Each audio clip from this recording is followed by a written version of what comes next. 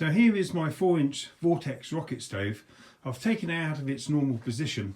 I've used it over the whole of the summer. I'm not really sure how many fires I've lit in it, but there was a considerable amount. And I just want to take it out because the winter's getting a bit bad now, and I'm worried about it getting too damp because it is actually outside just under a basic awning. On closer inspection we have actually got some damage. As you can see, there's a substantial crack that runs across the top here, although when I say substantial it's very difficult to see because it's only a surface crack. You can see here it doesn't actually go down at all.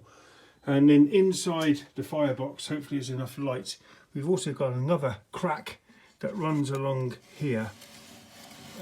Sorry, my hand gets in the way. It's only a small unit. So overall, I mean, it's not too bad. I mean, it stood up pretty well. There's no cracks on the outside surface here at all, anywhere. I think my sort of conclusion about this is that vermiculite, it does work. It's absolutely fantastic for doing experiments with. You can't beat the product for that, because it's so easy to work with and relatively cheap. But as a long-term sort of, if you're going to be using it in your house to heat your home, I'm not really sure if vermiculite's the right stuff to use. But anyhow, we're going to have a go. We're going to do a little bit of a revamp on this, and I'll keep you informed as I go along. Okay, so here you can see my top box. I've turned it upside down, and you can see here, this is where the Vortex, this is the roof of the Vortex, of the afterburner, and it has got cracks, but to be honest with you, again, I mean, it really has stood up very well. I mean, it's pretty superficial. There's no structural cracks in there at all, so I'm quite happy with that. And even the silicone, which is rated at, I think it's 310 degrees centigrade, it's still there. I mean, it's still actually effective. It had worked, so that's another good aspect.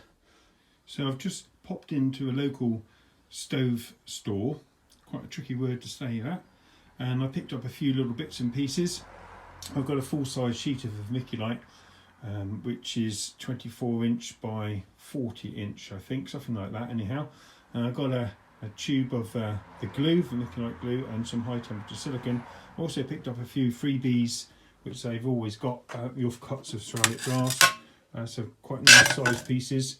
This is coming down the bottom here, it's a nice sized piece. So we can get on with rebuilding the stove.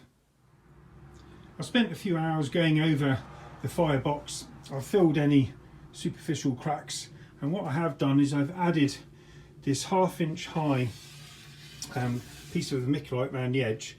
And the idea for that is that I've made a new top for it. I'm going to change the format ever so slightly. So basically, that's going to go there. This gap now, this 1/2-inch gap, will be where the secondary air will go in. At least that's an idea. I've seen other people using this idea, so I thought I'd have a go at it myself. I've made a new Vortex chamber as well because I had the vermiculite. And I filled most of the box where it needed it, like I say. So now I'm going to paint the whole thing in the zircon, and we'll take it from there.